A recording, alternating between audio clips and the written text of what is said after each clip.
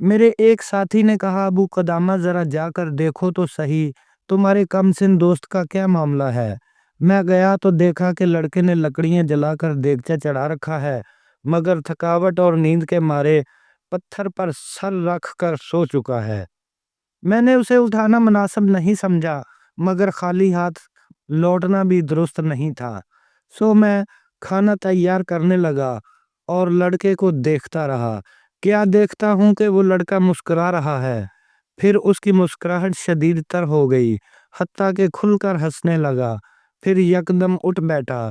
جب میں نے دیکھا تو گھبرا کر کہنے لگا، اوہو، آپ کو لیٹ کر دیا میں نے، مجھے کھانا بنانے دیجیے، میں جہادی سفر میں آپ کا خادم ہوں۔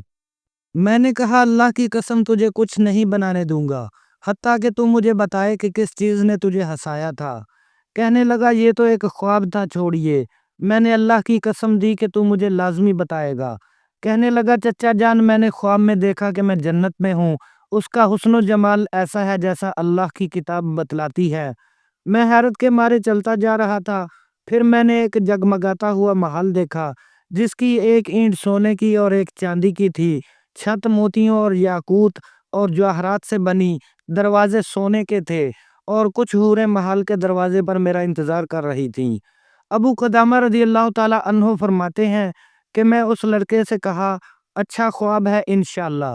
پھر ہم نے روزہ افطار کیا اور اپنے ساتھیوں کے ساتھ محاذ پر روانہ ہو گئے۔ اگلے دن جب دشمن سامنے آ گیا اور جہاد کی صفیں بنا لی گئیں تو میں اس لڑکے کو ڈھونڈنے لگا، اسے اگلی صفوں میں پایا۔ میں اس لڑکے کے پاس گیا اور کہا بیٹا تجھے امور جہاد کا تجربہ ہے؟ کہنے لگا نہیں، یہ میرا پہلا معرکہ ہے۔ میں نے کہا بیٹا جیسا تم سمجھتے ہو ویسا نہیں ہے، یہ لڑائی کا معاملہ ہے، اس میں خون بہتا ہے، بس تم پیچھے آ جاؤ، اللہ نے فتح دی تو تم بھی فاتحین سے ہوگے، اور اگر معاملہ برعکس ہوا تو کم از کم سب سے پہلے نہیں مارے جاؤ گے۔ وہ کہنے لگا یہ آپ کیا کہہ رہے ہیں؟ میں نے کہا ہاں میں یہی کہہ رہا ہوں، کیا آپ پسند کرتے ہیں کہ میں اہل جہنم میں سے ہو جاؤں؟ میں نے کہا معاذ اللہ بیٹا ایسا قطعاً نہیں، ہم جہنم سے بچنے کے لیے تو جہاد کرنے کے لیے نکلے ہیں۔ تو چچا جان کیا میں سب سے پہلے پیٹھ پھیر کر اہل جہنم میں سے ہو جاؤں؟ میں نے لاکھ کوشش کی لیکن وہ پچھلی صف میں آنے سے انکار کرتا رہا۔ میں نے اس کا ہاتھ پکڑ کر زبردستی پیچھے کرنا چاہا لیکن وہ وہیں ڈٹ گیا۔ اسی دوران لڑائی شروع ہو گئی اور وہ میرے ہاتھ سے چھوٹ گیا۔ شاہ سوار ٹکرائے، نیزے بلند ہونے لگے، تلواریں چمکنے لگیں، سر تن سے جدا ہونے لگے، ہاتھ پاؤں اڑتے رہے، گھمسان کی لڑائی شروع ہو گئی۔ ہر بندہ اپنی لڑائی لڑنے لگا، دوست کو دوست کی خبر نہ رہی، یہاں تک کہ ظہر کا وقت ہو گیا۔ آخر اللہ تبارک و تعالیٰ نے صلیبیوں کو شکست دی۔ فتح کے بعد میں نے اپنے ساتھیوں کو جمع کیا، ظہر کی نماز ادا کی اور ہم میں سے ہر کوئی اپنے پیاروں کو تلاش کرنے لگا، مگر اس لڑکے کا کوئی عزیز نہ تھا، اس کا کوئی پوچھنے والا نہ تھا۔ میں اس کی تلاش میں نکلا تو آواز آئی، لوگوں میرے چچا ابو قدامہ کو بلا لاؤ، میرے چچا ابو قدامہ کو بلا لاؤ۔ میں آواز کا پیچھا کرتا گیا تو لڑکے کے جسد خاکی کو پایا۔ ایک نیزہ اس کے جسم سے پار ہو چکا تھا، گھوڑے اس کے جسم کو روند چکے تھے، ہڈیاں ٹوٹی ہوئی تھیں، گوشت باہر نکلا ہوا تھا اور اعضاء الگ الگ، جیسے کوئی یتیم بچہ صحرائی طوفان کی نظر ہو گیا ہو۔ میں اس کے قریب گیا، ہاتھوں سے اس کو سیدھا کیا اور چیخا، یہ رہا تیرا چچا ابو قدامہ، بولو میرے بیٹے۔ وہ لڑکا کہنے لگا اللہ کا شکر ہے جس نے مجھے وصیت سنانے کے لیے زندہ رکھا، بس غور سے سنیے۔ میں اس کی حالت پر رو پڑا، مجھے اس کی خوبیاں اور اس کا حسن و جمال یاد آیا، اس کی ماں کی یاد آئی کہ جس نے اپنے خاوند اور بھائیوں کا غم کاٹا اور اب اس جگر کے ٹکڑے کا غم بھی کاٹے گی۔ میں اپنے کپڑے سے اس کے چہرے کا خون صاف کرنے لگا۔ وہ کہنے لگا چچا اپنا کپڑا کیوں گندا کرتے ہو، میرے کپڑے سے پوچھو۔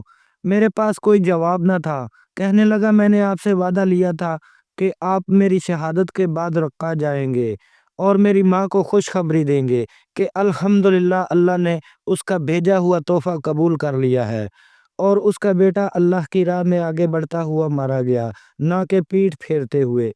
جب میرے اللہ نے میری شہادت قبول کی تو میں اپنی ماں کا سلام اپنے باپ اور ماموں کو پہنچا دوں گا۔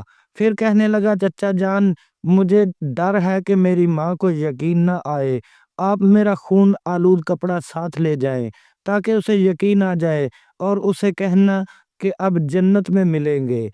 چچا جان ایک بات اور ہے کہ جب آپ میرے گھر جائیں تو میری ایک 9 سالہ بہن ہے، میرے گھر آنے پر وہ بہت خوش ہوا کرتی تھی اور نکلنے پر غمگین۔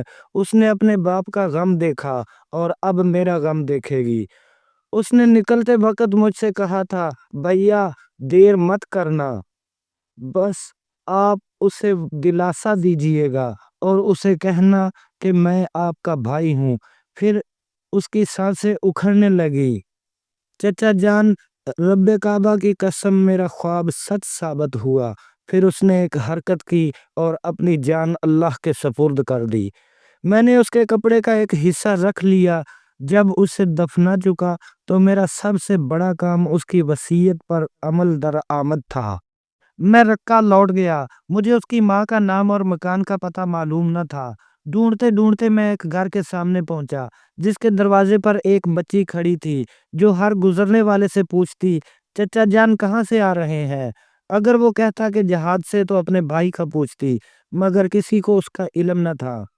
حتیٰ کہ وہ رو پڑی اور کہنے لگی، کیا ہو گیا ہے؟ سارے لوگ آ رہے ہیں مگر میرا بھائی نہیں آ رہا۔ میں نے اس کا حال دیکھا تو اس کے پاس گیا۔ اس نے مجھ سے بھی پوچھا۔ میں نے کہا، بیٹی آپ کی والدہ کہاں ہے؟ وہ اندر سے والدہ کو بلا لائی۔ اس کی والدہ نے مجھے پہچان لیا۔ وہ کہنے لگی، ابو قدامہ تعزیت کرنے آئے ہو یا خوشخبری دینے؟ میں نے کہا، کیا مطلب؟ وہ بولی، اگر تم مجھے بتاؤ گے کہ میرا بیٹا آگے بڑھتا ہوا شہید ہو گیا ہے تو یہ خوشخبری ہے۔ اللہ نے تحفہ قبول کیا جسے میں 17 سال سے تیار کر رہی تھی، اور اگر بتاؤ گے کہ صحیح سالم لوٹ کر آیا ہے تو یہ تعزیت ہے کہ میرا تحفہ اللہ نے قبول نہیں کیا۔ میں نے کہا، بہن اللہ کی قسم خوشخبری لے کر آیا ہوں۔ کہنے لگی کہ میرا نہیں خیال کہ سچ کہتے ہو، مگر جب میں نے سامان کھولا تو پکار اٹھی، یہ وہی کپڑا ہے جو میں نے خود اپنے لختے جگر کو پہنایا تھا۔ وہ اللہ اکبر کہہ اٹھی۔ اس کی خوشی دیدنی تھی، مگر وہ بچی رو پڑی اور بے ہوش ہو کر گر پڑی۔ اس کی ماں اسے اٹھا کر لے گئی اور پانی کے چھینٹے مارنے لگی۔ میں اس کے سرہانے بیٹھ کر قرآن پڑھنے لگا۔ جب اسے ہوش آیا تو وہ اپنے بھیا اور بابا کا نام لے لے کر روتی رہی، حتیٰ کہ اس کی روح بھی پرواز کر گئی۔ اس کی ماں نے اسے اٹھایا اور دروازہ بند کر لیا۔ میں نے کان لگایا تو وہ کہہ رہی تھی، مولا میں نے اپنا خامند قربان کیا، اپنے بھائیوں کو قربان کیا، اب لختے جگر بھی وار دیا، بس یہ سوال ہے کہ مجھ سے راضی ہو جا اور جنت میں ان کے ساتھ جگہ دے دے۔ میں دروازہ کھٹکھٹاتا رہا مگر اس نے دروازہ نہ کھولا۔ میں چاہتا تھا کہ میں اسے کچھ مال دوں، نہ تو اس نے دروازہ کھولا نہ ہی کسی بات کا جواب دیا۔ میں لوٹ آیا، اس بہن بھائی کے غم اور اس عظیم ماں کے صبر پر حیران ہوتے ہوئے میں وہاں سے لوٹ آیا۔ بس یہی میرے جہادی سفر کی سب سے حیرت انگیز داستان ہے۔